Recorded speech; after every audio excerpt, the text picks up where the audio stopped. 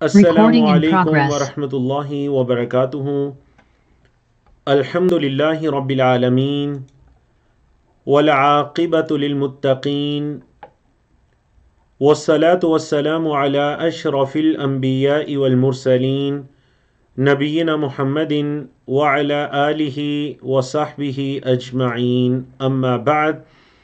اللہ رب العزت کی توفیق سے ہمارے کورس آئیں قرآن سمجھیں شروع سے آخر تک، understand Quran from beginning to end, اس کا آج سبق نمبر 23 ہے، جو کہ ہمارے لیول 3 کا سیکنڈ لاسٹ لیسن ہے، جس میں ہم 18ویں پارے کے نصف سے آگے بڑھیں گے۔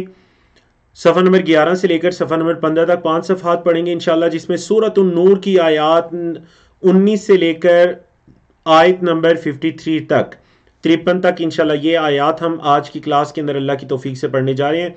کورس کے مقاصد اور کورس کا تعارف آپ کے سامنے ہے، اور سورۃ النور کا تعارف بھی اس سے پچھلے سیشن میں تفصیلی گزر چکا ہے، اور آپ کے علم میں ہے کہ یہ مدنی سورت ہے جس کے اندر احکام و مسائل اور خاص کر معاشرتی احکام جو ہیں اس کے اندر، اور آپ کے علم میں ہے، میں نے پہلے بھی بتایا تھا کہ عورتوں کے احکامات سے متعلق یہ 3 صورتیں ہیں، سورۃ النساء، سورۃ النور اور آگے چل کر آئے گی سورۃ الاحزاب، جس میں خصوصی طور پر عورتوں کے احکامات کو تفصیل کے ساتھ بیان کیا گیا۔ تو الحمدللہ ہم نے اس کی ابتدائی آیات کو پڑھا تھا۔ آج ہم انشاءاللہ آیت نمبر آپ کہہ لیجئے 19 سے اپنے لیسن کا باقاعدہ آغاز کرتے ہیں۔ قرآن مجید کا صفحہ نمبر 352 آپ کے سامنے ہے، ہمارا پارہ نمبر 18 ہے، اور 18ویں پارے کا ہمارا 11واں صفحہ ہے، جس کے اندر آیات 19 سے لے کر 26 تک کی آیات موجود ہیں۔ آپ کے علم میں ہے کہ اس سے پچھلی آیات کے اندر اس واقعے کا ذکر کیا گیا جو کہ سیرت کی کتابوں میں، حدیث کی کتابوں میں، تفسیر کے اندر بھی ہمیں تفصیل کے ساتھ ملتا ہے، جس کو واقعہ افک کہتے ہیں، کہ ام المومنین حضرت عائشہ صدیقہ بنت صدیق رضی اللہ تعالیٰ عنہما پر ایک بہتان لگایا گیا بعض منافقین کی طرف سے، تو اللہ رب العزت نے اس کو تفصیل کے ساتھ بیان کیا، اور حضرت عائشہ رضی اللہ تعالیٰ عنہ کی برات کو، اس بہتان سے ان کے بری ہونے کو اللہ رب العزت نے بیان کیا۔ پھر اللہ رب العزت نے فرمایا ان الذین یحبون، کیا فرمایا؟ اعوذ باللہ من الشیطان الرجیم، ان الذین یحبون، بے شک وہ لوگ جو پسند کرتے ہیں، بے شک وہ لوگ جو پسند کرتے ہیں، کیا؟ ان تشیع الفاحشۃ، شاع یشیع، ان تشیع یہ کہ پھیل جائے، عام ہو جائے۔ اردو میں جو آپ اشاعت کا لفظ یوز کرتے ہیں نا، وہ اسی سے ہے، اشاعت، پبلش کے معنی میں، پھیلانے کے معنی میں۔ بے شک جو لوگ یہ پسند کرتے ہیں، ان تشیع الفاحشۃ، یہ کہ فحاشی پھیل جائے، فی الذین آمنوا، ایمان والوں میں، ان کے لیے وعید کیا ہے؟ لہم، ان کے لیے، عذاب علیم، دردناک عذاب ہے، کہاں؟ فی الدنیا، دنیا میں، والآخرہ، اور آخرت میں۔ واللہ یعلم، اور اللہ جانتا ہے، وانتم لا تعلمون، اور تم نہیں جانتے۔ اللہ علم رکھتا ہے لیکن تم علم نہیں رکھتے۔ اور فرمایا وَلَوْلَا فَضْلُ اللَّهِ عَلَيْكُمْ، اور اگر نہ ہوتا تم پر اللہ کا فضل، وَرَحْمَتُهُ، اور اس کی رحمت، وَأَنَّ اللَّهَ، اور یہ کہ اللہ، رؤوف، شفقت فرمانے والا، رحیم، مہربان ہے۔ مطلب اگر اللہ کی یہ جو صفات ہے، رؤوف رحیم، اللہ رؤوف رحیم نہ ہوتا تو تم، اس کی رحمت، اس کا فضل نہ ہوتا تو تم پر اللہ کا عذاب آ جاتا، یہ جس بہتان کو عام کیا گیا۔ تو یہ ایک بہت بڑی وعید اور ایک بہت بڑی تنبیہ ہو گئی۔ اب دیکھیں یہ آیت کریمہ، یہ بڑی عمومی آیت ہے، اس آیت کو سمجھیے خاص کر آج کے معاشرتی ماحول کے مطابق، کہ کچھ لوگ جو ہیں وہ فحاشی کے اندر ڈائریکٹ یا انڈائریکٹ اس کو پھیلانے کا سبب بن رہے ہوتے ہیں۔ ڈائریکٹ یا انڈائریکٹ، میں نے کہا بلا واسطہ یا بالواسطہ فحاشی کو پھیلانے کا سبب بن رہے ہوتے ہیں، چاہے وہ غیر محرم کی تصاویر کو شیئر کر کے ہو، چاہے اس کی ویڈیوز کو شیئر کر کے ہو، اس کو پھیلا کرو، چاہے اس کا تعلق آپ کی سیاست کے ساتھ ہے، آپ کے میڈیا کے ساتھ ہے، نیوز کے ساتھ ہے، کسی بھی چیز کے ساتھ ہے، یاد رکھیے یہ کوئی بھی ایسا عذر نہیں ہے کہ کسی غیر محرم کی تصویر کو آگے پھیلانے کی اجازت ہو. بعض پڑھے لکھے لوگ آپ انہیں کہ دیکھیں یہ سیاسی ہے، میڈیا ہے، ایشو ہے، کچھ بھی ہے، لیکن ایک غیر محرم ہے تو وہ کیا کہتے ہیں، نہیں جی یہ تو بعض اوقات یہ ایک کیا کہتے ہیں جی اونلی فار فن، یہ تو بس ہم نے فن کے لیے کیا، یہ تو ہم نے بس لوگوں تک اس چیز کو پہنچانے کے لیے کیا. تو یاد رکھیے یہ عذر قابل قبول نہیں ہے.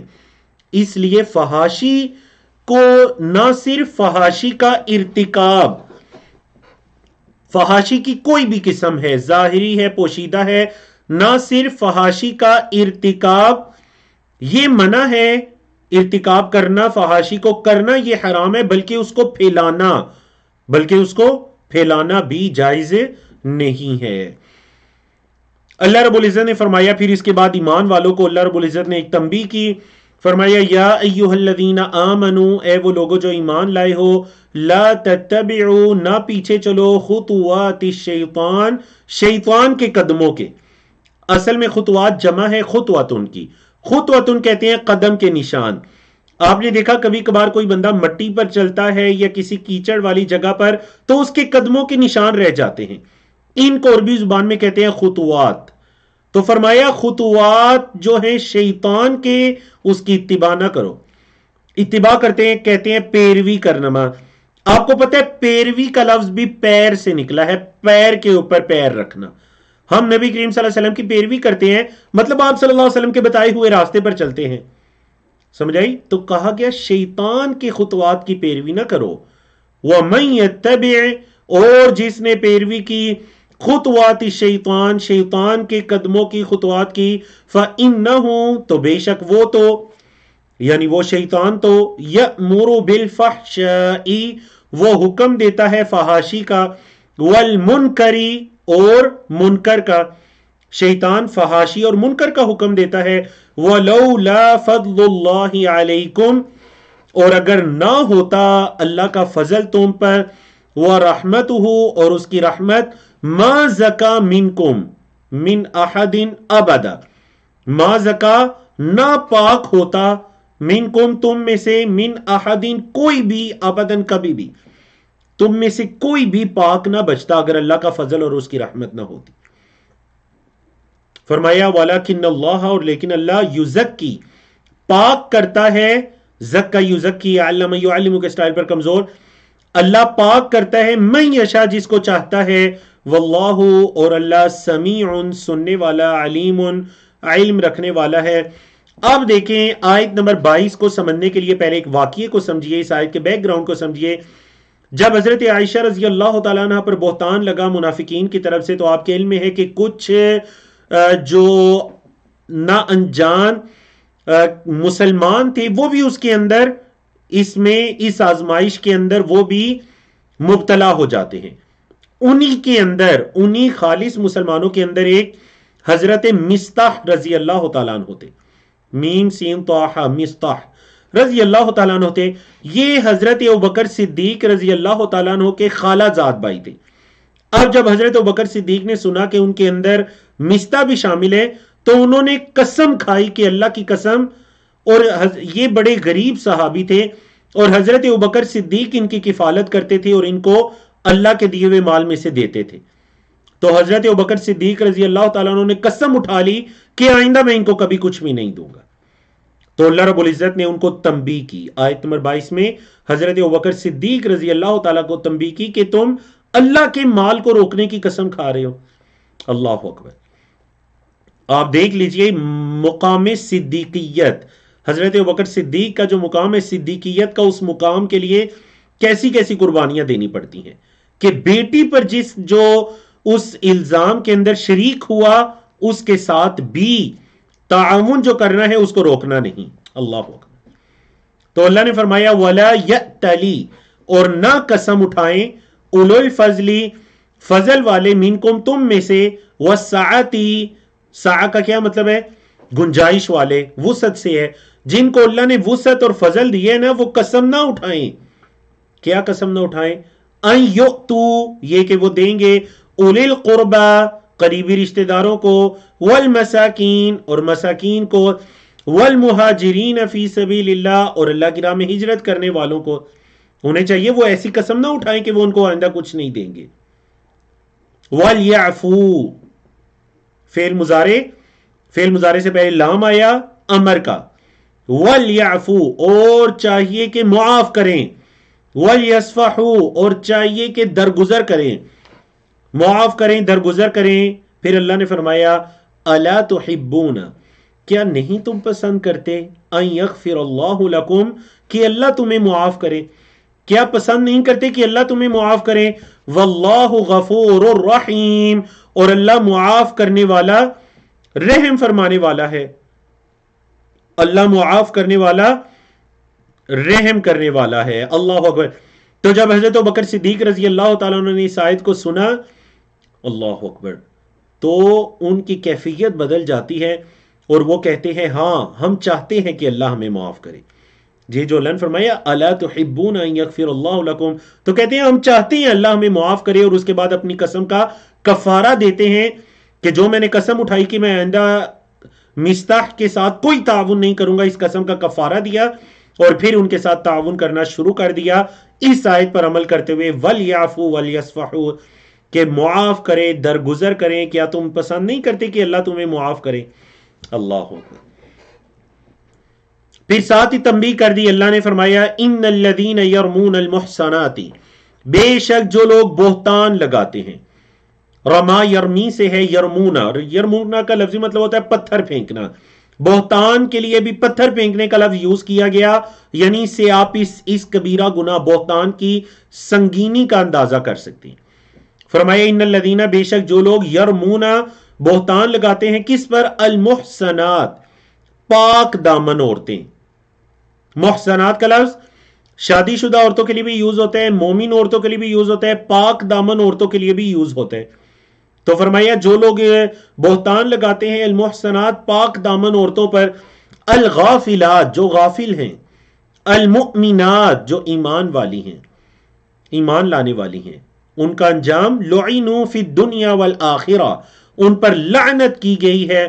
فعل مجہول ہے پیسے والی، لعنوا ان پر لعنت کی گئی ہے، فی الدنیا دنیا میں، والآخرہ اور آخرت میں، ولہم عذاب عظیم اور ان کے لیے بڑا عذاب ہے. اللہ اکبر. یہ تو پہلی وعید ہو گئی. دوسری وعید فرمایا یوم تشہد علیہم، یوم جس دن تشہد گواہی دیں گی، علیہم ان کے اگینسٹ گواہی دیں گی، ان پر گواہی کا کیا مطلب ہوتا ہے؟ مطلب ان کے خلاف گواہی دیں گی. کیا گواہی دیں گی ان کے خلاف؟ اللہ اکبر. فرمایا السنتہم، لسان ان کی جمع السنہ ان کی زبانیں، السنتہم ان کی زبانیں، وَأَيْدِيهِمْ اور ان کے ہاتھ، وَأَرْجُلُهُمْ اور ان کے قدم، ان کی ٹانگیں. کس چیز کی گواہی دیں گے؟ اللہ اکبر. بِمَا كَانُوا يَعْمَلُونَ جو وہ عمل کرتے تھے، جو وہ عمل کرتے تھے، ان کی زبانیں، ان کے ہاتھ، ان کی ٹانگیں، ان کے پاؤں ان کے خلاف گواہی دیں گے. خلاف کا معنی کہاں سے آیا؟ شاہدہ یشہدو کے بعد جب علا آتا ہے، بولی شاہدہ یشہدو کے بعد جب علا آتا ہے تو اس کا مطلب کیا ہو جاتا ہے؟ کسی کے خلاف گواہی دینا. ٹھیک ہے. اور اگر علا نہ آئے تو مطلب حق میں گواہی دینا. تو دیکھیں یہاں پر یوم تشہد علیہم، جس دن گواہی دیں گی ان پر، مطلب ان کے خلاف، ان کی زبانیں، ان کے قدم، ان کے ہاتھ، سب چیزیں گواہی دیں گی. بما كانوا يعملون جو وہ عمل کیا کرتے تھے. یومئذ اس دن، یوفیہم اللہ اللہ ان کو پورا پورا دے گا. وفا یوفی، علم یعلم کے سٹائل پر کمزور چیپٹر ہے. یوفی پورا پورا دے گا، ہم انہیں، اللہ اللہ کیا پورا پورا دے گا؟ دینہم الحق، دین کا وہی معنی جو سورۃ الفاتحہ میں ہے، بدلہ. اللہ انہیں پورا پورا دے گا، دینہم ان کا بدلہ، الحق جو حق ہے. وَيَعْلَمُونَ اور وہ جانتے ہیں، ان اللہ یہ کہ اللہ هو الحق المبین کہ وہ حق ہے اور مبین واضح کرنے والا ہے. مبین کا کیا مطلب ہے جی؟ واضح کرنے والا.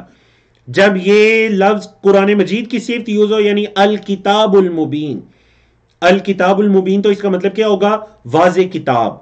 اب یہ اللہ رب العزت کی صفات میں سے یوز ہوا کہ ان اللہ هو الحق المبین، تو مطلب کیا ہے کہ وہ اللہ حق بھی ہے اور واضح کرنے والا بھی ہے. جو مخفی چیزیں ہیں ان کو ظاہر، ان کو واضح کرنے والا بھی ہے. اللہ اکبر. پھر اللہ رب العزت نے آیت نمبر 26 سورۃ النور کے اندر پاک باز مردوں اور پاک باز عورتوں اور برے مردوں اور بری عورتوں کے بارے میں کلیہ قاعدہ بتا دیا. اس آیت کی دو تفسیریں ہو سکتی ہیں. پہلے آپ اس تفسیر کو سنیے جو میں نے کہا. اللہ رب العزت نے فرمایا الخبیثات، بری عورتیں، للخبیثین، برے مردوں کے لیے ہیں، والخبیثون، اور برے مرد، للخبیثات، بری عورتوں کے لیے ہیں. سمجھائی؟ بری عورتیں برے مردوں کے لیے ہیں اور برے مرد بری عورتوں کے لیے ہیں. والطیبات، پاکیزہ عورتیں، للطیبین، پاکیزہ مردوں کے لیے ہیں، والطیبون، اور پاکیزہ مرد، للطیبات، پاکیزہ عورتوں کے لیے ہیں. یہ تو ایک تفسیر ہو گئی اس کی کہ مطلب جیسی عورتیں ہیں ویسے ہی مردوں کے ساتھ وہ ملتی ہیں اور جیسے مرد ہیں ویسی ہی عورتوں کے ساتھ ملتے ہیں. برے تو برے، اچھے تو اچھے. یہ اس کی ایک تفسیر ہے. دوسری بعض مفسرین نے کہا، وہ بھی بڑی پیاری تفسیر ہے اور وہ اس موضوع سے بھی مطابقت رکھتی ہے.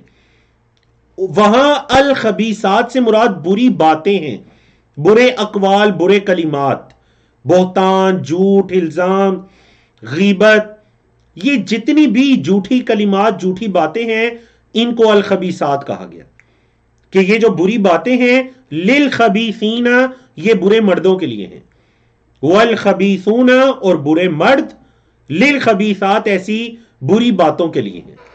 اور والطیبات، جو اچھی باتیں ہیں، للطیبین، وہ اچھے مردوں کے لیے ہیں، والطیبون، اور جو اچھے مرد ہیں، للطیبات، وہ اچھی باتوں کے لیے ہیں.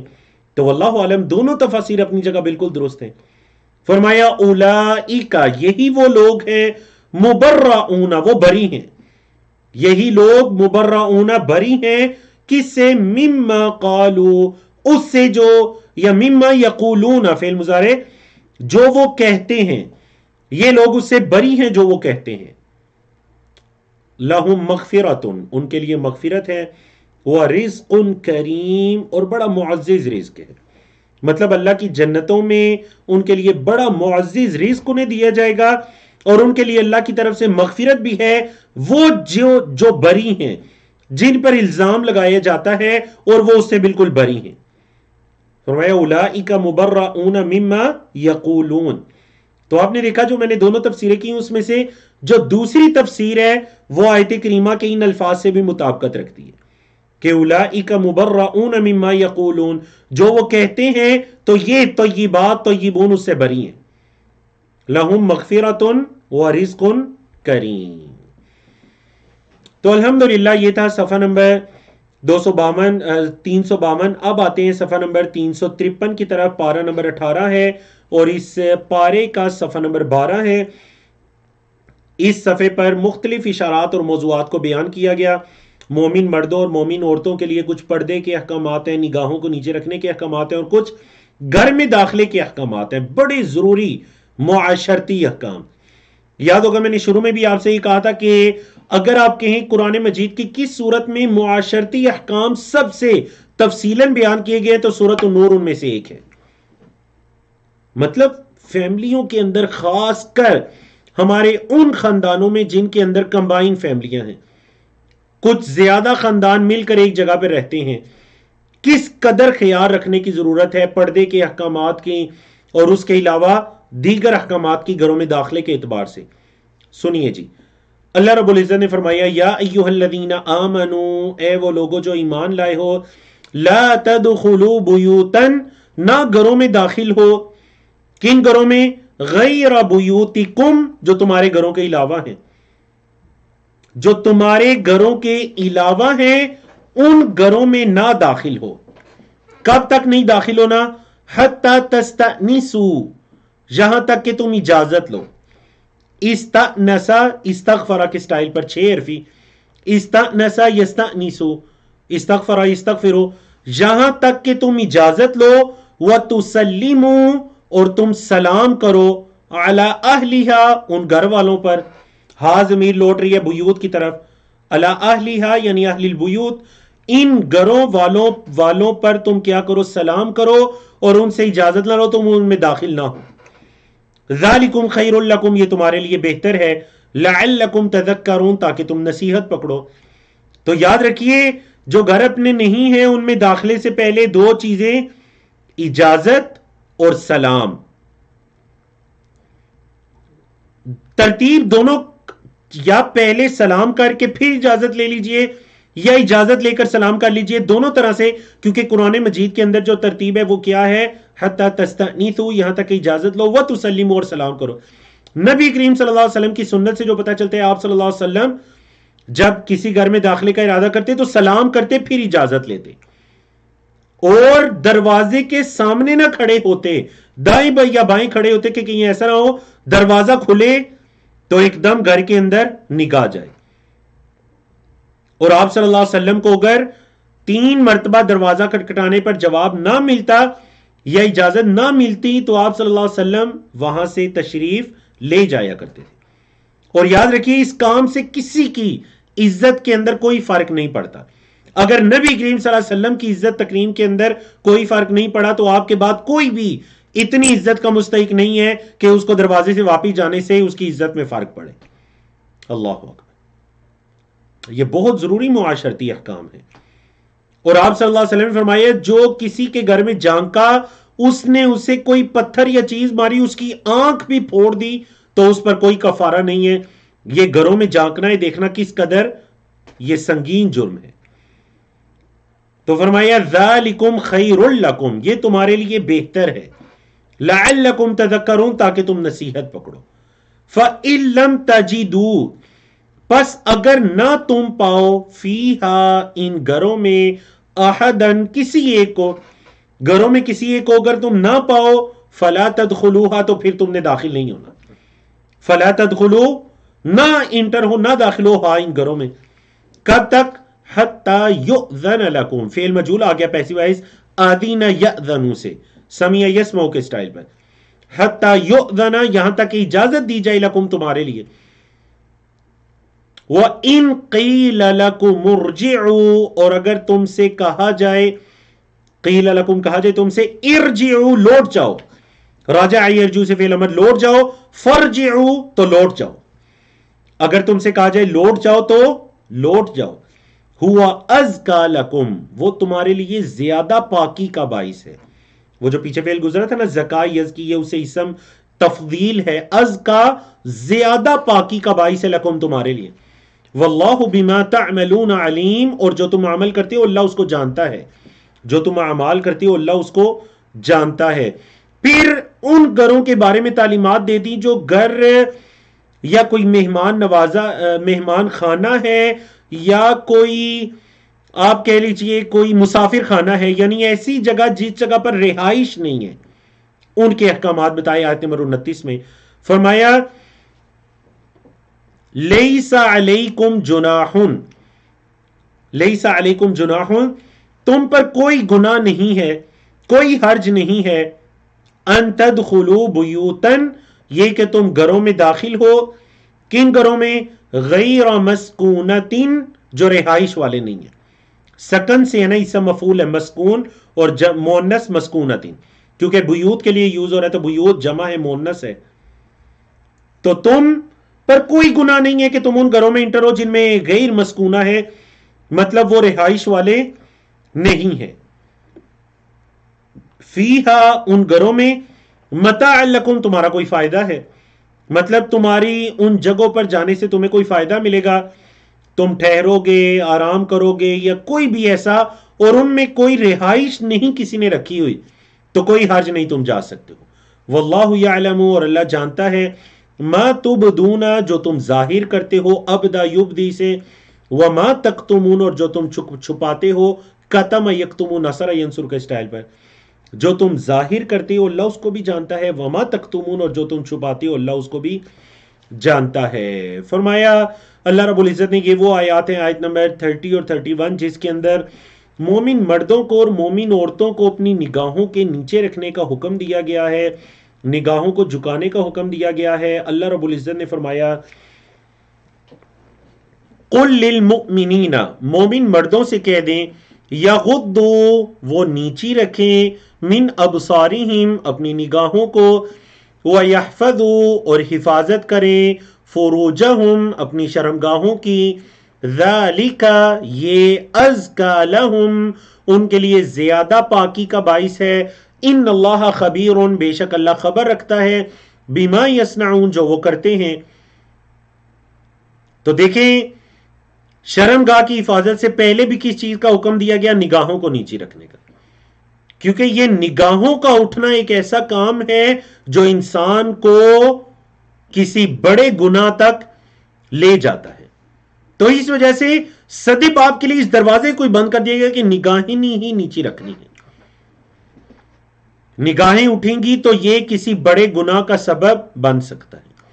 تو فرمایا قل للمؤمنین یغضوا من ابصارہم، مومنوں سے کہہ دیں وہ اپنی نگاہوں کو نیچا رکھیں، اور پھر دوسرا حکم کہ وہ اپنی عزتوں کی حفاظت کریں،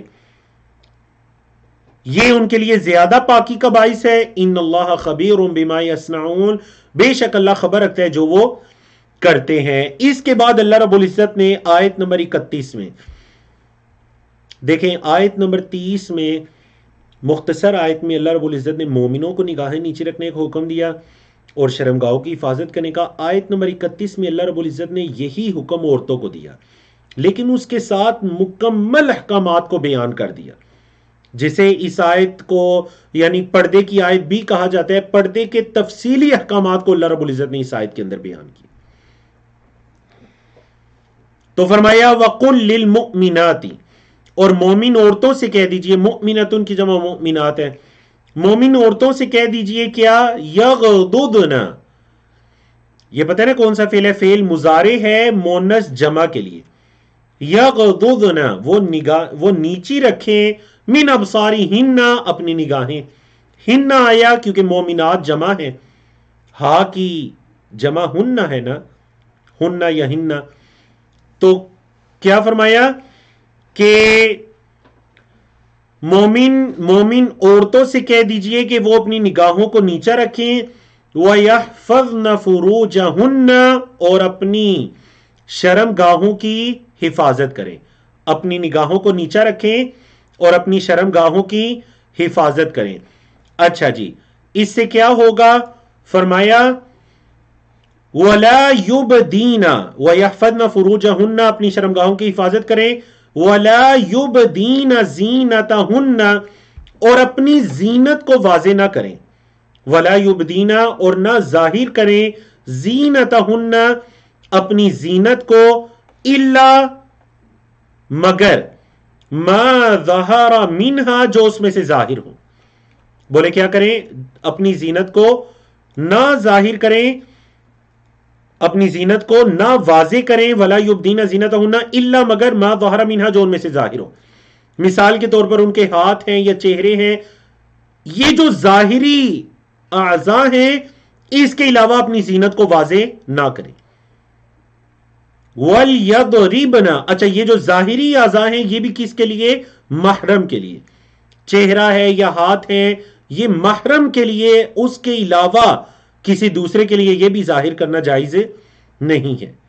تو فرمایا وہ اپنی زینت کو ظاہر نہ کریں مگر جو ظاہر ہے، إِلَّا مَا ظَهَرَ مِنْهَا، وَلْيَضْرِبْنَ، اور وہ ڈال دیں، وَلْيَضْرِبْنَ، اور وہ ڈال دیں، بِخُمُرِهِنَّ، اپنی اوڑھنیوں کو، عَلَى جُيُوبِهِنَّ، اپنے گریبانوں پر، اپنے سینوں پر، اپنی اوڑھنیوں کو اپنے سینوں پر ڈال کر رکھیں، وَلَا يُبْدِينَ زِينَتَهُنَّ، اور اپنی زینت کو واضح نہ کریں، إِلَّا، مگر، کس کے لیے؟ لِبُعُولَتِهِنَّ، بَعْلٌ کی جمع بُعُول، إِلَّا لِبُعُولَتِهِنَّ، مگر اپنے خامدوں کے لیے، اپنی زینت کو ظاہر نہ کریں مگر اپنے خامدوں کے لیے، مطلب خامدوں کے لیے ہاتھ یا چہرہ اس کو یا جن رشتہ داروں کا آگے ذکر ہو رہا ہے ان کے لیے ان اعضاء کا ظاہر ہونا جائز ہے، البتہ جو غیر محرم ہے ان کے لیے اس زینت کا ظاہر کرنا، مطلب چہرے ہاتھ وغیرہ کو ظاہر کرنا بھی جائز نہیں ہے۔ تو دیکھیں اب رشتہ داروں کی مختلف کیٹیگریز بیان ہو رہی ہیں۔ تو سب سے پہلے کیا فرمایا؟ اپنی زینت کو ظاہر نہ کریں الا مگر لبعولتہن، اپنے خامدوں کے لیے، او آبائہن، او یا آبائہن اپنے باپوں کے لیے، او آبائی بعولتہن یا اپنے خامدوں کے باپوں کے لیے، مطلب اپنے سسر وغیرہ کے لیے، یا سسر بھی آ جاتا ہے اور سسر کا والد بھی اس میں آ جاتا ہے، او ابنائہن یا اپنے بیٹوں کے لیے، او ابنائی بعولتہن یا اپنے خامندوں کے بیٹوں کے لیے، یا اپنے خامندوں کے بیٹوں کے لیے مطلب وہ بیٹے جو اس بیوی کے علاوہ کسی اور بیوی سے ہیں،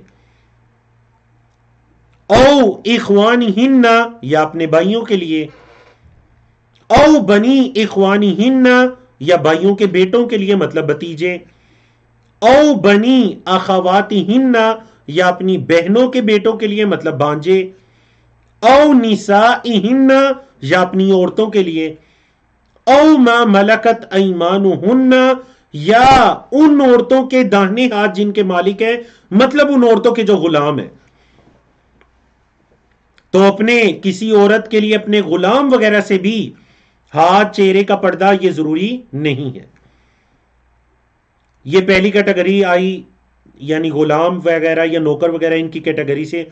دوسری فرمایا اوت تابعین، یا جو ان کے تابعین ہیں، مطلب گھر کے نوکر چاکر ہیں، لیکن شرط یہ ہے کہ غیر اولی الاربۃ من الرجال، وہ کوئی شہوت کے متلاشی مرد نہ ہو، سمجھا کہ وہ پاک باز مرد ہوں، اگر نوکر چاکر بھی ہیں تو شہوت وغیرہ کے متلاشی نہ ہو۔ او الطفلی، تیسری کیٹیگری ہے، یا بچے الذین جو لم یظہروا علی عورات النساء، جو عورتوں کی عورات پر ابھی تک انہیں خبر نہیں ہے، مطلب یہ کنایا ہے غیر بالغ سے، یعنی وہ بچے جو بالغ نہیں ہیں تو ان کے سامنے بھی عورتیں اپنی زینت مطلب اپنے چہرے یا ہاتھوں کو واضح یا ظاہر کر سکتی ہیں۔ لیکن کن بچوں کی بات ہوئی ہے جی؟ الطفل الذین لم یظہروا علی عورات النساء۔ پھر فرمایا وَلَا يَضْرِبْنَ بِأَرْجُلِهِنَّ، اپنے قدموں کو زور زور سے نہ ماریں، وَلَا يَضْرِبْنَ اور نہ ماریں، بِأَرْجُلِهِنَّ اپنے قدموں کو وہ نہ ماریں، لِيُعْلَمَ تاکہ جان لیا جائے ما یخفین جو مخفی ہے، من زینتہن ان کی زینت سے، ان کی زینت سے جو مخفی ہے اس کو ظاہر کرنے کے لیے اپنے قدموں کو نہ ماریں۔ تو آپ کے علم میں زمانہ قدیم میں اور اس زمانے میں بھی بعض عورتیں پازیب وغیرہ کا استعمال کرتی ہیں، تو اس پازیب کی زینت کو بھی ظاہر کرنے کے لیے قدم زور زور سے مارنے کی ضرورت نہیں ہے عورتوں کو۔ اللہ اکبر، کس قدر دین اسلام کے اندر عورت کے پردے اور عورت کی عفت اور عصمت کی حفاظت ہے۔ پھر فرمایا وَتُوبُوا إِلَى اللَّهِ جَمِيعًا، تم سب کے سب توبہ کرو اللہ کی طرف، ایھا المؤمنون، اے مومنو، لعلکم تفلحون، تاکہ تم فلاح پا سکو۔ اے مومنو تم سب کے سب کیا کرو؟ اللہ کی طرف رجوع کرو، توبہ کرو تاکہ تم فلاح پا سکو۔ تو الحمدللہ اللہ رب العزت کی توفیق سے یہ تھا ہمارا صفحہ نمبر 353۔ اب ہم آتے ہیں 354 کی طرف، پارہ نمبر 18 ہے، 18ویں پارے کا 13واں صفحہ ہے، جس کے اندر آیت نمبر 32 سے لے کر 36 تک کی آیات ہیں۔ عورتوں کے ہی احکامات جاری و ساری ہیں، اور اس آیت کے اندر جو چوتھا موضوع ہے، اس کے اندر اس اللہ کے نور کا ذکر ہے، جس مناسبت سے اس سورت کا نام بھی سورۃ النور رکھا گیا ہے۔ اللہ رب العزت نے فرمایا وَأَنْكِحُوا، اور نکاح کرواؤ، انکحا ينکحو سے فعل امر ہے، وَأَنْكِحُوا اور نکاح کرواؤ، الایام منکم جو تم میں سے غیر شادی شدہ ہیں، جو تم میں سے غیر شادی شدہ ہیں ان کا نکاح کرواؤ، والصالحین اور نیکوکار من عبادکم تمہارے غلاموں میں سے، عباد عبد ان کی جمع ہے، تمہارے غلاموں میں سے جو نیکوکار ہیں، وَإِمَائِكُمْ اور تمہاری امت ان کی جمع ایما، اور تمہاری خادمائیں لونڈیوں میں سے، تمہاری لونڈیوں اور خادموں میں سے، غلاموں میں سے جو نیکوکار صالحین ہے تم ان کا نکاح کرواؤ۔ ان یکونوا فقراء اگر وہ ہوئے فقیر، یغنیہم اللہ تو اللہ ان کو غنی کر دے گا، من فضلہ اپنے فضل سے۔ اگر وہ فقیر ہوئے تو اللہ انہیں اپنے فضل سے غنی کر دے گا۔ واللہ واسع علیم اور اللہ رب العزت واسع ہے اور علیم ہے، اللہ وسعت والا، نوازنے والا، بہت نوازنے والا، واسع ہے اور علیم ہے، وہ علم رکھنے والا ہے۔ تو دیکھیے اس آیت کریمہ سے انسان فیوچر کی پلاننگ ضرور کرے، اپنے جاب، اپنے فیوچر، ان تمام چیزوں، لیکن یہ جو پلاننگ ہے یہ کبھی اس کو کسی نیک کام سے نہ روکے، اور خاص کر جو اپنی پاک دامنی کے لیے رشتہ ازدواج کے ساتھ منسلک ہونا چاہتے ہیں۔ تو اللہ نے کیا فرمایا کہ یکونوا فقراء اگر وہ فقیر ہوئے تو کیا ہوگا، یغنیہم اللہ من فضلہ اللہ اپنے فضل سے ان کو غنی کرے گا۔ اور آپ دیکھ لیجئے معاشرے کے اندر ایسی بیسیوں مثالیں ہیں کہ کسی شخص کے معاشی حالات انتہائی تنگ دستی میں سے، اس نے وہ رشتہ ازدواج سے منسلک ہوا تو اللہ رب العزت کی طرف سے رحمتیں اور برکات کے دروازے اس پر کھول گئے، کیونکہ یہ زوجات، یہ اولاد، یہ اپنا رزق لاتے ہیں قرآن مجید کی آیات کے مطابق، یہ اپنا رزق لاتے ہیں، اس رزق کے اندر وہ گھر کا سربراہ بھی اور یہ سب بھی شریک ہوتے ہیں، سب کا نصیب ہے جو اس ایک کے ذریعے سے باقی سب کو بھی ملتا ہے۔ اور احادیث کے اندر خاص کر اس چیز کی رغبت آئی ہے کہ نکاح کرو، شادی کرو۔ نبی کریم صلی اللہ علیہ وسلم فرمایا کہ اللہ رب العزت ان اشخاص کی خصوصی مدد کرتے ہیں، حدیث کا مفہوم یہ 3 اشخاص کی، اور ان میں سے ایک وہ ہے کہ جو شخص پاک دامنی کی وجہ سے، اپنے آپ کو پاک رکھنے کی وجہ سے شادی کے ساتھ منسلک ہونا چاہتا ہے، شادی کرنا چاہتا ہے۔ تو اللہ رب العزت ہمیں توفیق عطا کرے۔ بہت ایک ضروری معاشرتی مسئلہ یہ فرمایا، وَلْيَسْتَعْفِفِ الَّذِينَ اور چاہیے کہ عفت کو طلب کریں، پاک دامنی کو طلب کریں، الَّذِينَ وہ لوگ جو لا یجدون نکاحا نکاح کی طاقت نہیں رکھتے، جو لوگ نکاح کی طاقت نہیں رکھتے انہیں چاہیے کہ وہ پاک دامن رہیں۔ اور آپ کے علم ہے کہ حدیث کے اندر اللہ کے رسول صلی اللہ علیہ وسلم نے کیا طریقہ بتایا، فرمایا کہ یا معشر الشباب اے نوجوانوں کی جماعت، من استطاع منکم الباءۃ فلیتزوج جو تم میں سے شادی کرنے کی، نکاح کی استطاعت رکھتے ہیں وہ شادی کرے، ومن لم یستطع اور جو طاقت نہیں رکھتا، فعلیہ بالصوم تو اس کو روزے رکھنے چاہیے، فإنہ لہ وجاء کیونکہ یہ روزہ رکھنے اس کے لیے ڈال کی طرح ہے، جیسے ڈال انسان کو دشمن کے وار سے بچاتی ہے، اسی طرح شادی انسان کو گناہوں سے بھی بچاتی ہے، وہ اپنے دامن کو پاک رکھ سکتا ہے۔ تو کیا فرمایا اللہ نے کہ جو لوگ نکاح کی طاقت نہیں رکھتے وہ اپنے آپ کو پاک صاف رکھیں، کب تک، حتی یغنیہم اللہ یہاں تک کہ اللہ ان کو غنی کر دے، من فضلہ اپنے فضل سے، والذین اور وہ لوگ جو یبتغون الکتاب جو کتاب کو تلاش کرتے ہیں، مطلب وہ غلام ہیں لیکن وہ آزاد ہونا چاہتے ہیں، یہ مطلب ہے یبتغون تلاش کرتے ہیں الکتاب، کتاب کا مطلب یہاں لکھت پڑھت، مطلب اپنے مالکوں کے ساتھ کوئی طے کر لیتے ہیں کہ میں آپ کو اتنا مال دوں گا اور آپ مجھے آزاد کر دیجئے۔ تو جو لوگ کتاب کو تلاش کرتے ہیں، مما ملکت ایمانکم ان میں سے جو تمہارے ماتحت ہے، تمہارے غلام ہیں۔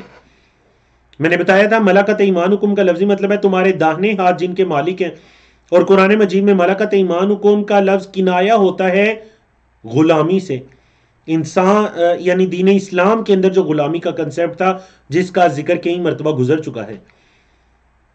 تو اللہ نے فرمایا تمہارے غلاموں میں سے جو لوگ یبتغون الکتاب تلاش کرتے ہیں لکھت پڑھت کو، فکاتبوہم ان کے ساتھ مکاتبہ کر لو، کاتبہ یکاتبو یہ حاسبہ یحاسبو کے سٹائل پر ہے، فعل امر ہے، کاتب کاتبو، پس لکھت پڑھت کر لو ہم ان کے ساتھ، ان علمتم اگر تم جانو، فیہم ان میں خیرن کوئی خیر، اگر ان میں کوئی خیر دکھائی دے تو ان کے ساتھ مکاتبت کر لو، وآتوہم اور دو ان کو، من مال اللہ اللہ کے مال سے، الذی جو کہ آتا اس نے دیا ہے، کم تمہیں جو اس نے تمہیں مال دیا ہے تم انہیں اس اللہ کے مال میں سے دو۔ تو پتہ چلا اگر تم کسی کو مال دیتے بھی ہو تو وہ احسان نہیں ہے، وہ اللہ کا دیا ہوا مال ہے جو تم کسی کو دیتے ہو۔ تو فرمایا وآتوہم اور ان کو دو، کیا دو؟ من مال اللہ اللہ کے مال میں سے، الذی جو کہ آتا اس نے دیا ہے، کم تمہیں جو اس اللہ نے تمہیں دیا ہے۔ پھر زمانے جاہلیت کے اندر ایک بڑا کبھی قسم کا کام کیا جاتا تھا دین اسلام نے جس کو حرام قرار دیا، اور وہ یہ تھا کہ اپنی لونڈی جو ہے، دین اسلام کے اندر جو لونڈی کا کنسیپٹ ہے، جنگ کے اندر جو دشمن کی کفار کی عورتیں لونڈی جو ہے اس کے ذریعے سے کچھ جو ان کے مالک تھے اسلام سے پہلے زمانے جاہلیت میں، ان سے فائدہ اٹھانے کی کوشش کرتے، ان کے ذریعے مال کمانے کی کوشش کرتے۔ اسلام نے اس کام کو بھی حرام قرار دیا۔ تو اس آیت کے اندر اسی چیز کی طرف اشارہ ہے، فرمایا وَلَا تُكْرِهُ اور نہ تم مجبور کرو، فتياتكم اپنی عورتوں کو، فتيات فتات ان کی جمع، نوجوان لڑکی، تم نوجوان لڑکیوں کو نہ مجبور کرو، علی البغاء بغاوت پر، ان اردنا اگر وہ ارادہ کرتی ہیں، تحسناً پاک دامنی کا، اگر وہ پاک دامنی کا ارادہ کرتی ہیں تو تم انہیں اس کام پر مجبور نہ کرو، لتبتغوا تاکہ تم تلاش کرو، عرض الحیات دنیا دنیا کی زندگی کا فائدہ، تم اس کام کے ذریعے دنیا کی زندگی کا، عرض کہتے ہیں معمولی فائدہ، تم اس کام کے ذریعے دنیا کی زندگی کا معمولی فائدہ حاصل کرنا چاہتے ہو۔ وَمَن يُكْرِهُنَّ اور جس نے انہیں مجبور کیا، فَإِنَّ اللَّهَ تو بے شک اللہ، مِن بَعْدِ إِكْرَاهِهِنَّ ان کے مجبور کرنے کے بعد، غفور الرحیم معاف کرنے والا، رحم کرنے والا ہے۔ مطلب اگر کوئی توبہ کرنا چاہے اور اس سے کوئی ایسے پہلے کوئی بھی ایسا فعل سرزد ہوا تو اللہ رب العزت غفور الرحیم ہے، اللہ معاف کرنے والا ہے، لیکن اس کے بعد نہیں۔ فرمایا وَلَقَدْ أَنزَلْنَا إِلَيْكُمْ اور البتہ تحقیق ہم نے نازل کی تمہاری طرف، آیات مبینات بڑی واضح آیات، وَمَثَلًا مِّنَ الَّذِينَ خَلَوْا اور مثال ان لوگوں کی، خلو جو گزر چکے ہیں، من قبلکم تم سے پہلے، وَمَوْعِظَةً اور نصیحت، للمتقین متقین کے لیے۔ تو ہم نے جو یہ واضح آیات نازل کی ہیں یہ بڑی واضح ہیں، اور یہ اس میں ان لوگوں کی مثال بھی ہے جو پہلے گزر چکی ہیں، مطلب پچھلی اقوام کا ذکر بھی ہے، اور یہ متقین کے لیے نصیحت بھی ہے، یہ متقین کے لیے نصیحت بھی ہے، موعظہ۔ یہ وہ آیت کریمہ ہے، آیت نمبر 36 سورۃ النور کی، جس کی مناسبت سے اس سورت کا نام بھی سورۃ النور رکھا گیا۔ بولیے جس کی مناسبت سے اس سورت کا نام بھی سورۃ النور رکھا گیا۔ تو چلیے آتے ہیں ہم اس آیت کے ترجمہ اور تفسیر کی طرف۔ اللہ رب العزت نے فرمایا اللہ نور السماوات والارض، اللہ آسمانوں اور زمین کا نور ہے، اللہ آسمانوں اور زمین کا نور ہے۔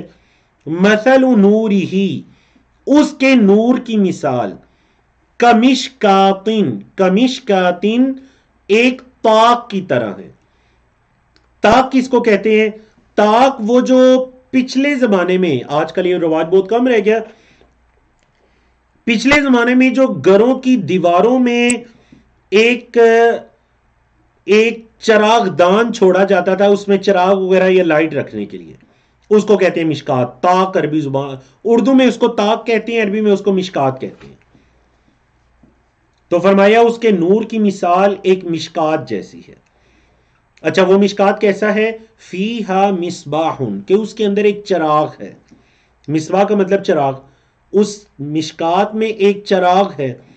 المصباح وہ جو چراغ ہے، فی زجاجتن ایک شیشے میں ہے، زجاج عربی میں شیشے کو کہتے ہیں، وہ چراغ ایک شیشے میں ہے۔ اچھا وہ شیشہ کیسے ہے؟ الزجاجت وہ شیشہ، سمجھائی نا آپ کو؟ شیشے کے اندر چراغ، اور وہ چراغ ایک چراغ دان میں ہے، مشکات میں ہے. فرمایا وہ جو الزجاجۃ، وہ جو شیشہ ہے، کأنہا گویا کہ وہ، کأنہا کا مطلب گویا کہ، ہاں وہ کوکب ستارہ ہے، دری روشن، وہ ایک روشن چمکتا ہوا تارا ہے. یوقد فعل مجہول ہے پیسو وائز، جلایا جاتا ہے، من شجرتن ایک درخت سے، اس کو ایک درخت سے جلایا جاتا ہے. مطلب یہ کہ درخت سے جو تیل نکلتا ہے، اور زیتون کا درخت ہے آگے آ رہا ہے، زیتون کے درخت کے تیل سے اس کو جلایا جاتا ہے. اللہ اکبر. یوقد جلایا جاتا ہے، من شجرتن درخت سے، مبارکتین بابرکت، بابرکت درخت سے اس کو جلایا جاتا ہے. زیتونتن جو کہ زیتون کا درخت ہے، لا شرقیتن نہ وہ مشرق میں ہے، ولا غربیتن اور نہ مغرب میں. کیا مطلب جی زیتون کا درخت نہ مشرق میں نہ مغرب میں؟ مطلب یہ کہ وہ درخت ایسا ہے کہ وہ مشرق یا مغرب کے کونے میں نہیں ہوتا، بلکہ وہ عین دھوپ کے اندر ہوتا ہے، جس کو دھوپ کے ذریعے اس کی پرورش ہوتی ہے. زیتون کے درخت کی طرف اشارہ ہے. سمجھ آ گئی آپ کو اتنی آیت؟ اب آگے چلیے. فرمایا یکاد زیتھا، قریب ہے کہ اس کا آئل، اس کا تیل، یضیء روشن کر دے، قریب ہے کہ اس کا تیل روشن کر دے، ولو لم تمسسہ نار اگرچہ اس کو آگ نہ بھی چھوئی ہو، ولو لم اور اگرچہ نہیں مس کیا اس کو آگ نے. مطلب وہ تیل اتنا پاک ہے، اتنا صاف شفاف ہے کہ اگر آگ نہیں بھی جلائی تو کہیں ایسا لگ رہا ہے کہ وہ تیل ہی جلنا شروع ہو جائے گا. نور علی نور، نور پر نور ہے. دیکھیں نا، زیتون کے تیل کا نور، زجاج اس شیشے کا نور، اس کے اندر چراغ کا نور، پھر وہ چراغ دان کا نور، کمرے کو اس نے روشن کر دیا. تو اللہ نے فرمایا نور علی نور، نور پر نور ہے. یہ اللہ کا نور ہے، نور ہدایت اس سے مراد ہے. اس کی مثال دیکھیے، وہ روشنی ہی روشنی ہے. یہدی اللہ، اللہ ہدایت دیتا ہے، لنورہ اپنے نور کے لیے، مطلب اپنی نور ہدایت کے لیے، من یشاء جس کو چاہتا ہے. اللہ جس کو چاہتا ہے ہدایت دیتا ہے اس نور کے لیے. اور یہ جو اللہ نے مثال بیان کی، اللہ فرمائے وَيَضْرِبُ اللَّهُ الْأَمْثَالَ، اور اللہ بیان کرتا ہے مثالیں، للناس لوگوں کے لیے، واللہ بکل شیء علیم، اور اللہ ہر چیز کا علم رکھنے والا ہے. واللہ اور اللہ بکل شیء ہر چیز کا علم رکھنے والا ہے. پھر اللہ رب العزت نے مساجد کی فضیلت کو بیان کیا، فرمایا فی بیوتین گھروں میں، فی بیوتین گھروں میں، اذن اللہ اللہ نے حکم دیا، گھروں کی میں اللہ نے حکم دیا، ان ترفع یہ کہ انہیں بلند کیا جائے، گھروں میں اللہ نے حکم دیا کہ انہیں بلند کیا جائے، وَيُذْكَرَ اور ذکر کیا جائے، فیہا ان گھروں میں، اسمہ اللہ کے نام کا، ان گھروں میں اللہ کے نام کا ذکر کیا جائے اور ان گھروں کو بلند کیا جائے. یسبح لہ فیہا تسبیح کرتے ہیں اس کے لیے، یسبح تسبیح کرتے ہیں لہو اللہ کے لیے، فیہا ان گھروں میں، بالغدو صبح کے وقت، والآصال اور شام کے وقت، صبح اور شام کے وقت ان گھروں میں تسبیح کرتے ہیں. کون تسبیح کرتے ہیں جی؟ فرمایا رجال کچھ مرد، صبح شام ان گھروں میں، ان مساجد میں اللہ کی تسبیح کرتے ہیں. رجال کچھ مرد، اچھا وہ کیسے ہیں؟ لا تلہیہم نہیں غافل کرتی ان کو، نہیں غافل کرتی ان کو، تجارت تجارت، ولا بیع اور نہ ہی خرید و فروخت، ان ذکر اللہ اللہ کے ذکر سے، واقام الصلاۃ اور نماز کو قائم کرنے سے، وایتاء الزکات اور زکات کو دینے سے. یعنی کہ ایسے اللہ کے بندے ہیں کہ اللہ کے ذکر میں اتنا مشغول ہیں کہ تجارت، خرید و فروخت یہ انہیں اللہ کے ذکر، اللہ کی تسبیح، نماز کے قائم کرنے اور زکات کو دینے سے نہیں روکتی. مزید ان کی صفات کیا ہیں؟ یخافون یومن وہ اس دن سے ڈرتے ہیں. کس دن سے؟ تتقلب فیہ القلوب والابصار، جس دن میں تتقلب الٹ پلٹ ہوں گے، فیہ اس میں القلوب دل، والابصار اور آنکھیں، یعنی قیامت کا دن مراد ہے، اس دن کی سختی ایسی ہوگی کہ آنکھیں اور دن الٹ پلٹ ہوں گے۔ تو فرمایا کہ وہ اس سے کیا کرتے ہیں، اس دن سے ڈرتے ہیں، لیجزیہم اللہ، تاکہ اللہ ان کو بدلہ دے، احسن ما عملوا، اچھا بدلہ جو انہوں نے عمل کیے، احسن اسم تفضیل ہے، ویزیدہم، اور اللہ ان کو زیادہ دے، من فضلہ، اپنے فضل سے، اللہ انہیں مزید اپنا فضل بھی دے، اور جو انہوں نے عمل کیے اللہ انہیں اس کا اچھا بدلہ بھی دے۔ واللہ یرزق من یشاء، اور اللہ رب العزت رزق دیتا ہے جس کو چاہتا ہے، بغیر حساب، بغیر حساب کے۔ تتقلب، تقلب یتقلب، تدبر یتدبر کے سٹائل پر مؤنث کا لفظ فعل مضارع تتقلب۔ فرمایا والذین کفروا، اب دیکھیں اہل ایمان کا ذکر تو گزر گیا، اللہ کا نور، اس کی مثال، نور ہدایت، اس کا ذکر تفصیل کے ساتھ گزر گیا، اور جو لوگ اللہ کی مساجد میں اللہ کی تسبیح کرنے والے ہیں، نماز کو قائم کرنے والے، زکوٰۃ کو دینے والے، ان کا ذکر گزر گیا۔ اب اس کے اپوزٹ کفار کا ذکر آیا اور ان کے لیے ایک مثال بیان کی گئی۔ کفار اور ان کے اعمال کو مزید واضح کرنے کے لیے ایک مثال اللہ نے بیان کی۔ فرمایا والذین کفروا، اور وہ لوگ جنہوں نے کفر کیا، اعمالہم، ان کے اعمال، کسراب، سراب کی طرح ہے۔ آپ کی اردو زبان کا لفظ ہے سراب، یعنی عربی سے آیا، اردو میں بھی یوز ہوتا ہے، کہ آپ بتا سکتے ہیں سراب کس کو کہتے ہیں؟ جن لوگوں نے کفر کیا ان کے اعمال سراب کی طرح ہیں۔ اچھا وہ سراب کہاں ہے؟ بقیعۃ، بقیعۃ، قیع کا مطلب چٹیل میدان، وہ سراب چٹیل میدان میں ہے۔ تو سراب کس کو کہتے ہیں؟ سراب، آپ لوگوں نے بھی کبھی غور کیا ہوگا کہ آپ روڈ پر جا رہے ہیں، گاڑی چلا رہے ہیں، تو آپ کو دکھائی دیتا ہے کہ آگے پانی ہے، جب آپ وہاں جاتے ہیں تو وہاں تو پانی نہیں ہوتا۔ تو عربی زبان میں وہ جو چمک دکھائی دیتی ہے، پانی کا اندیشہ ہوتا ہے، حالانکہ پانی ہوتا نہیں، اس کو کہتے ہیں اردو میں بھی اور عربی میں بھی سراب۔ تو فرمایا کفار کے جو اعمال ہیں ان کی مثال تو سراب کی طرح ہیں۔ اچھا وہ سراب کہاں ہے؟ بقیعۃ، ایک چٹیل میدان میں، یحسبہ الظمآن، ظمآن پیاسا، پیاسا شخص گمان کرتا ہے، یحسبہ سمجھتا ہے، گمان کرتا ہے، اس کو یعنی سراب کو، الظمآن پیاسا، کیا سمجھتا ہے؟ ماءً، پانی، پیاسا اس کو پانی سمجھتا ہے، حتی، یہاں تک کہ اذا جاءہ، جب اس کے پاس آتا ہے، لم یجدہ شیئا، تو وہاں کچھ بھی نہیں پاتا، ووجد اللہ عندہ، اور اپنے پاس اللہ کو پاتا ہے، فوفاہ، اور وہ اسے پورا پورا دے گا، حسابہ، اس کا بدلہ، واللہ سریع الحساب، اور اللہ جلد حساب لینے والا ہے۔ ضروری نہیں کہ ہر کسی کو اس کے اعمال کا بدلہ قیامت کے دن ہی ملے، بلکہ اللہ جلد حساب لینے والا ہے۔ کسی کا بدلہ دنیا میں بھی کسی کا بدلہ ہو سکتا ہے، اللہ یستر علینا۔ تو آپ کو آیت کریمہ کی سمجھ آئی کہ کفار کی مثال وہ سراب کی طرح ہے، کہ کفار بھی یہ سمجھتے ہیں اپنے اعمال کے ذریعے، چاہے وہ کوئی بھی اعمال ہے، کہ ہم بہت کوئی اچھے عمل کر رہے ہیں، حالانکہ ان کے اعمال سراب سے زیادہ کچھ نہیں ہے۔ بولے ان کے اعمال سراب سے زیادہ کچھ نہیں ہے، مطلب ٹھیک ہے وہ اگر دنیا میں نام کے لیے یہ کام کر رہے ہیں، خدمت خلق کے لیے کر رہے ہیں، اپنی عزت آبرو کی حفاظت کے لیے کر رہے ہیں، انسانیت کے لیے کر رہے ہیں، تو ٹھیک ہے یہ تمام بدلے ان کو ملیں گے۔ لیکن اگر وہ یہ چاہتے ہیں کہ کفر کے اندر رہ کر اپنے ان کاموں کا بدلہ اللہ سے لیں، جب اللہ پر ایمان ہی نہیں تو پھر اللہ سے بدلہ کیسا؟ جب دین اسلام پر ایمان ہی نہیں، دین اسلام کو قبول ہی نہیں کیا، تو پھر بدلہ کیسا؟ سمجھئے آپ کو؟ تو اس وجہ سے فرمایا ان کے اعمال کی مثال سراب کی طرح ہے۔ اگر وہ کفر میں ہی رہتے ہیں، جو بھی ان کے اعمال ہیں وہ سراب سے زیادہ کچھ نہیں ہے۔ یہ پہلی مثال دی کفار کے اعمال کی۔ اب آیت نمبر 40 میں ایک اور مثال دی اللہ نے، مثال کو سمجھیے۔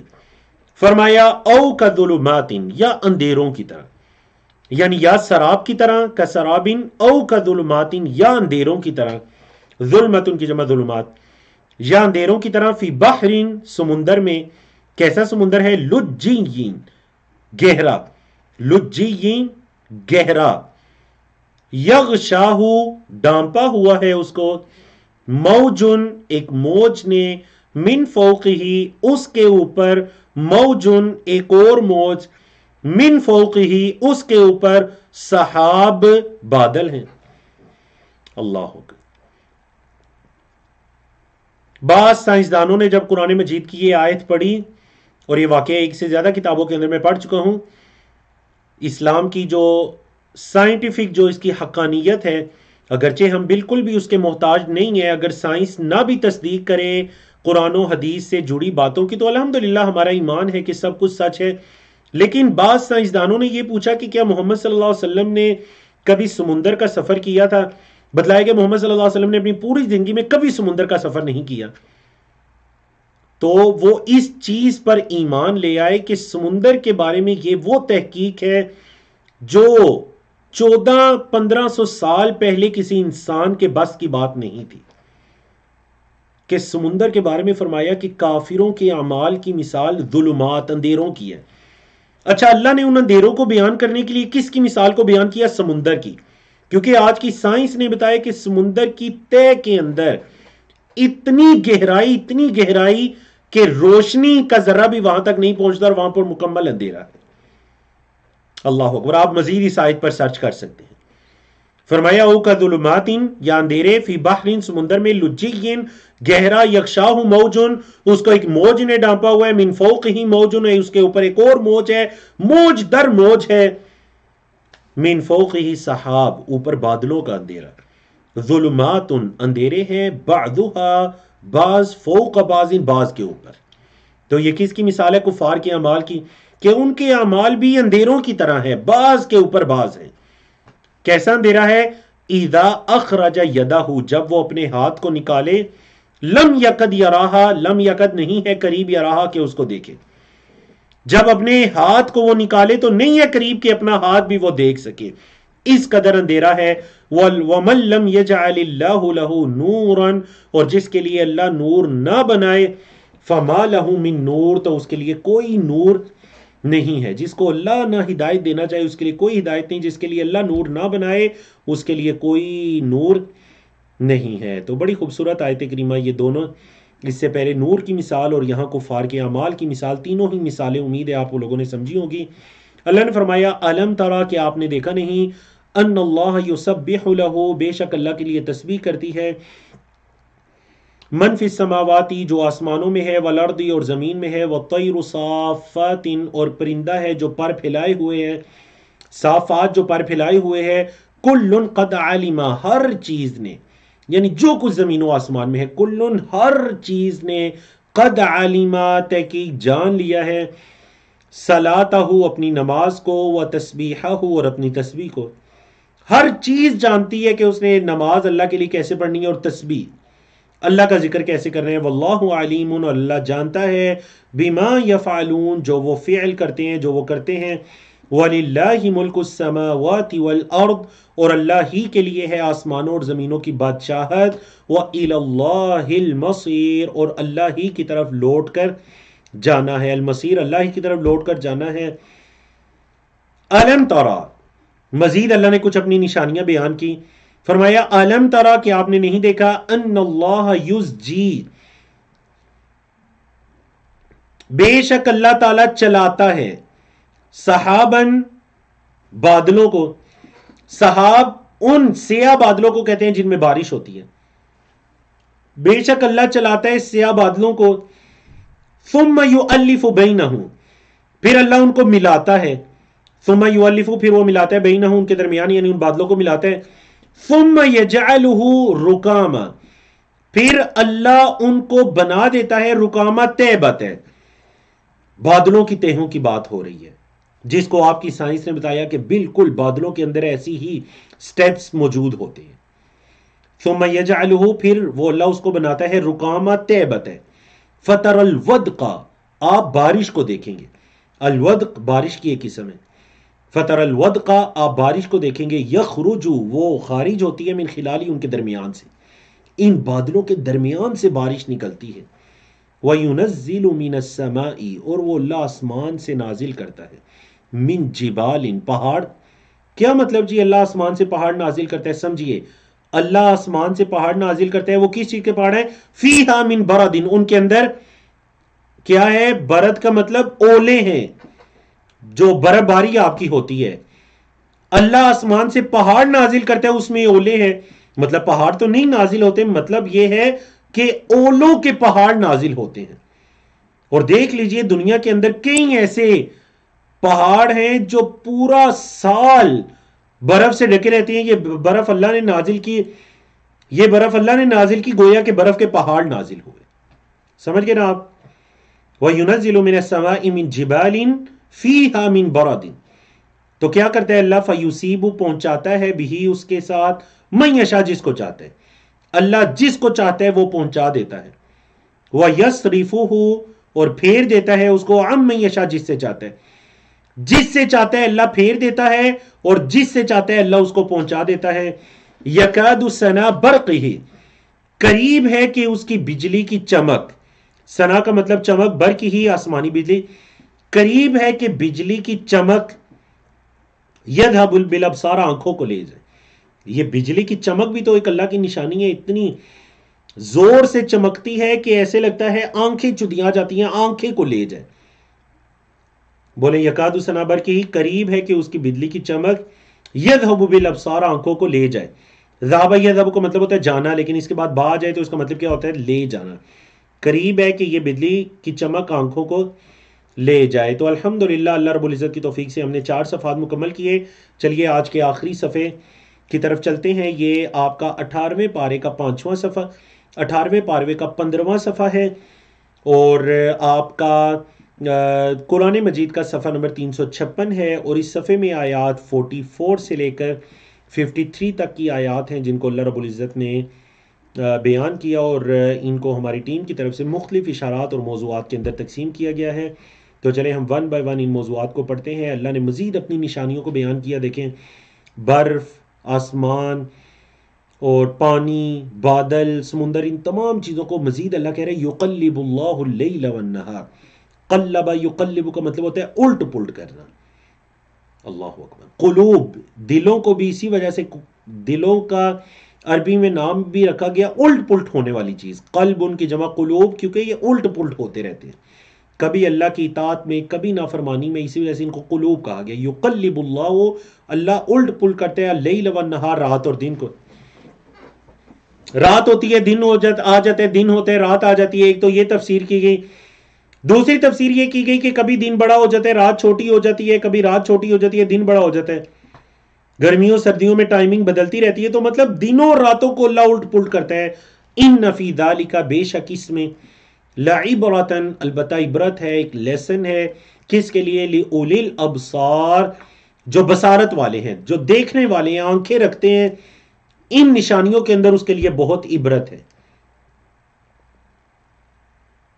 اللہ اکبر۔ یہ جو آیت ہے، آیت نمبر 45، اس میں اللہ رب العزت نے زمین پر جو چلنے والے جاندار ہیں ان میں اپنی نشانی کو بیان کیا۔ فرمایا واللہ خلق کل دابۃ، اللہ نے پیدا کیا ہے ہر دابہ کو۔ دابہ میں نے پہلے بھی کئی مرتبہ یہ لفظ گزرا ہے، دابہ کہتے ہیں کہ ہر وہ چیز جو زمین پر چلتی ہے وہ دابہ کہلاتی ہے، کوئی بھی جاندار ہے زمین پر چلنے والا۔ تو فرمایا واللہ خلق کل دابہ، اللہ نے ہر جاندار کو پیدا کیا، من ماء، پانی سے۔ اللہ اکبر۔ اس روئے زمین پر اشیاء کا وجود پانی سے ہے۔ اس کی بھی 2 تفسیریں کی گئیں، ایک یہ کہ آپ کے علم میں ہے کہ وہ نطفہ جس سے پیدائش کا پروسیس مکمل ہوتا ہے وہ اصل میں پانی ہے، جس سے ہر چیز کو اللہ نے پیدا کیا۔ اور ایک تفسیر یہ کی گئی کہ اس روئے زمین پر ہر جاندار چیز پانی کے ساتھ ہی زندہ ہے۔ تو فرمایا واللہ خلق، اور اللہ نے پیدا کیا، دونوں تفسیریں بالکل درست ہیں، اللہ نے پیدا کیا ہر جاندار کو من ماء، پانی سے۔ اچھا، ان کی کیٹیگریز، 3 کیٹیگری بیان کی۔ فرمایا فَمِنْهُمْ مَن يَمْشِي عَلَى بَطْنِهِ، ان میں سے بعض جاندار ایسے ہیں جو اپنے پیٹ پر چلتے ہیں۔ من بعض کے معنی ہے فَمِنْهُمْ، بس ان میں سے بعض، مَن يَمْشِي، جو چلتے ہیں، عَلَى بَطْنِهِ، اپنے پیٹ پر، مطلب رینگ کر چلتے ہیں، اس سے سانپ وغیرہ مراد ہے، مچھلی وغیرہ۔ وَمِنْهُمْ مَن يَمْشِي، اور ان میں سے ایسے ہیں جو چلتے ہیں علی رجلین، اپنے قدموں پر، اپنے ٹانگوں پر، اس سے انسان وغیرہ مراد ہیں. وَمِنْهُمْ مَن يَمْشِي، اور ان میں سے بعض ایسے ہیں جو چلتے ہیں علی اربعین، چار پر، جنہیں آپ چوپائے کہتے ہیں، بکری، گائیں، اونٹ وغیرہ. ان میں سے بعض ایسے ہیں جو اربع، چار پر چلتے ہیں. تو یخلق اللہ ما یشاء، اللہ جو چاہتا ہے وہ پیدا کرتا ہے. ان اللہ علی کل شیء قدیر، بے شک اللہ ہر چیز پر قادر ہے. لقد انزلنا آیات مبینات، البتہ تحقیق ہم نے نازل کیا. کس کو نازل کیا؟ آیات، آیات کو نازل کیا، مبینات بڑی واضح. مبینات کی جمع مبینات، آیات کی جمع آیات. ہم نے بڑی واضح آیات کو نازل کیا. واللہ یہدی من یشاء، اور اللہ جس کو چاہتا ہے ہدایت دیتا ہے. کس کی طرف؟ الی صراط مستقیم، صراط مستقیم کی طرف اللہ جس کو چاہتا ہے ہدایت دیتا ہے. اب یہاں پر منافقین کے گروہ کا ذکر ہوا کہ اللہ کے رسول پر ایمان تو لائے اپنی زبانوں سے، لیکن جب یہ کہا جاتا ہے کہ آؤ اللہ کے رسول تمہارا فیصلہ کریں، فیصلہ اگر ان کے حق میں جاتا ہو تو بڑا خوش ہو جاتے ہیں، اگر فیصلہ ان کے اگینسٹ جاتا ہو تو وہ بپھر جاتے ہیں. یہ منافقین کی علامت ہے. یاد رکھیے اہل ایمان کبھی بھی اللہ اور اس کے رسول سے جڑی کسی چیز کو سن کر وہ پلٹتے نہیں ہیں، بلکہ مزید آگے بڑھتے ہیں. فرمایا وَيَقُولُونَ، اور وہ کہتے ہیں، آمنا باللہ وبالرسول، ہم ایمان لائے اللہ پر اور رسول پر صلی اللہ علیہ وسلم. وَأَطَعْنَا، اور ہم نے اطاعت کی. کہتے تو یہ ہیں کہ ہم ایمان لائے اور ہم نے اطاعت کی، لیکن ہوتا کیا ہے؟ ثُمَّ يَتَوَلَّى فَرِيقٌ، پھر جاتا ہے ان میں سے ایک گروہ، منہم، ان میں سے، من بعد ذالک، اس کے بعد، وما اولئک، اور نہیں ہے یہ، بالمؤمنین، ایمان والے. بولے یہ ایمان والے نہیں ہے، یہ کوئی ایمان نہیں ہے کہ کہہ دیا ایمان لائے اللہ اور اس کے رسول پر اور ہم اطاعت بھی کریں گے، لیکن جب وقت آئے تو پھر جائیں. یہ ایمان نہیں ہے. تو اللہ نے ان کے ایمان کی نفی کر دی. فرمایا وما اولئک، نہیں ہے یہ لوگ، بالمؤمنین، ایمان والے. وَإِذَا دُعُوا، اور جب انہیں پکارا جاتا ہے، فعل مجہول ہے ویسے، جب انہیں پکارا جاتا ہے، الی اللہ، اللہ کی طرف، ورسولہ، اور اس کے رسول کی طرف. کیوں پکارا جاتا ہے؟ لیحکم بینہم، تاکہ وہ ان کے درمیان فیصلہ کرے. اذا فریق منہم، تو ان میں سے ایک گروہ، معرضون، اعراض کرتے ہیں. جب انہیں اللہ اور اس کے رسول کی طرف پکارا جاتا ہے تو ان کا ایک گروہ کیا کرتے ہیں؟ بولے اعراض. اعراض کہتے ہیں منہ پھیر کر پلٹنا، وہ اعراض کرتے ہیں، دور ہٹتے ہیں. وَإِن يَكُن لَهُمُ الْحَقُّ، اور اگر حق ان کے لیے ہو، یَأْتُوا إِلَيْهِ، تو آتے ہیں اس کی طرف، مذعنین، بڑے مطیع اور فرما بردار بن کر. مذعنین کا کیا مطلب جی؟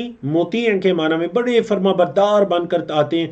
حق سے مراد یہاں پر یہ ہے کہ فیصلہ اگر ان کے حق میں چلا جائے تو بڑے فرما بردار اور مطیع بن جاتے ہیں، اور اگر فیصلہ ان کے خلاف جا رہا ہو تو پھر اعراض کرنا شروع کر دیتے ہیں، اس فیصلے کو ماننے سے انکار کر دیتے ہیں. تو فرمایا یہ کوئی ایمان کی علامت نہیں ہے. اللہ نے فرمایا افی قلوبہم مرض، کیا ان کے دلوں میں کوئی بیماری ہے؟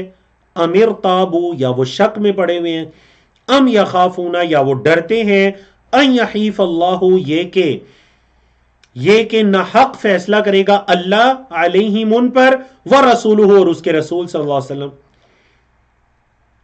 تین باتیں اللہ نے فرمائی.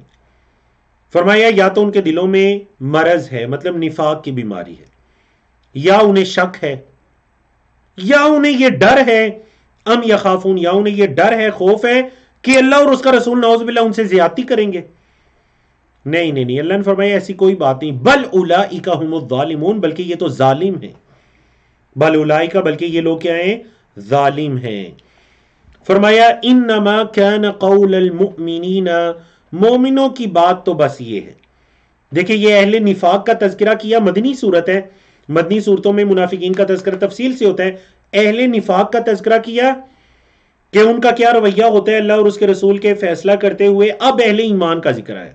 فرمایا انما كان قول المؤمنین، ایمان والوں کی بات تو بس ہوتی ہے کب؟ اذا دعوا، جب انہیں پکارا جاتا ہے، فعل مجہول ہے پیسے ہوئے، جب انہیں پکارا جاتا ہے الی اللہ، اللہ کی طرف، ورسولہ، اور اس کے رسول کی طرف، لیحکم بینہم، تاکہ وہ ان کے درمیان فیصلہ کرے. کیا ہوتی ہے ایمان والوں کی بات؟ ان یقولوا، یہ کہ وہ کہتے ہیں سمعنا واطعنا، ہم نے سنا اور ہم نے اطاعت کی، واولئک، اور یہی وہ لوگ ہیں، هم المفلحون، فلاح پانے والے۔ تو دیکھیں اہل نفاق کے بارے میں اللہ نے کیا فرمایا تھا؟ بل اولئک هم الظالمون۔ اہل ایمان کے بارے میں کیا فرمایا؟ کہ جب انہیں پکارا جاتا ہے اللہ اور اس کے رسول کی طرف تو وہ کیا کہتے ہیں؟ سمعنا واطعنا۔ اللہ نے فرمایا واولئک هم المفلحون، یہ ہیں فلاح پانے والے۔ وَمَن يُطِعِ اللَّهَ وَرَسُولَهُ، جو اللہ اور اس کے رسول کی اطاعت کرے گا۔ نمبر 1 جو اللہ اور اس کے رسول کی اطاعت کرے گا۔ نمبر 2 وَيَخْشَ اللَّهَ، اور اللہ سے ڈرے گا، وَيَتَّقْهِ، اور اس کا تقوی اختیار کرے گا، جس میں یہ 3 علامتیں ہوں گی، اللہ اور اس کے رسول کی اطاعت ہوگی، اللہ کا ڈر ہوگا، تقوی ہوگا۔ فرمایا فَأُولَئِكَ هُمُ الْفَائِزُونَ، تو یہی وہ لوگ ہیں جو فائزون ہیں۔ پہلے گزر چکے نا فوز، فوز کا مطلب کیا ہوتا ہے؟ کامیابی۔ فائز اسم فائل ہے، فاز یفوز سے، فاز یفوز قال یقول کے اسٹائل پر اس سے اسم فائل فائز، مطلب کامیاب ہونے والے۔ فاولئک هم الفائزون، تو یہی وہ لوگ ہیں جو کامیاب ہونے والے ہیں۔ پھر اللہ رب العزت نے آخری جو ہماری آج کی آیت ہے، آیت نمبر 53، اس کے اندر اہل نفاق کے بارے میں ان کا ایک اور فعل بتا دیا کہ وہ جھوٹی قسمیں کیسے کھاتے ہیں۔ فرمایا وَأَقْسَمُوا بِاللَّهِ جَهْدَ أَيْمَانِهِمْ، وَأَقْسَمُوا بِاللَّهِ، وہ قسمیں اٹھاتے ہیں اللہ کی، کیسی قسمیں؟ جَهْدَ أَيْمَانِهِمْ، بڑی پختہ قسمیں، اللہ کی پختہ قسمیں اٹھاتے ہیں۔ کیا؟ لَإِنْ أَمَرْتَهُمْ، اگر آپ انہیں حکم دیں گے، لَيَخْرُجُنَّ، تو وہ نکلیں گے، اگر آپ انہیں حکم دیں گے تو وہ ضرور نکلیں گے۔ قل، کہہ دیجئے، لا تقسموا، قسمیں نہ کھاؤ، لا تقسموا، قسمیں مت کھاؤ، طاعت معروفہ، تمہاری اطاعت بڑی معروف ہے، جو تم اطاعت کرتے اور جو تم نکلو گے تمہاری اطاعت بڑی معروف ہے، قسمیں نہ کھاؤ۔ ان اللہ خبیر، بے شک اللہ خبر رکھتا ہے، جانتا ہے کس چیز کو؟ بما تعملون، جو تم عمل کرتے ہو، اللہ اس کو جانتا ہے۔ تو الحمدللہ اللہ رب العزت کی توفیق سے ہم نے آج کے اپنے لیسن کو مکمل کیا۔ ہمارے 5 صفحات ہیں، صفحہ نمبر 11 سے لے کر صفحہ نمبر 15۔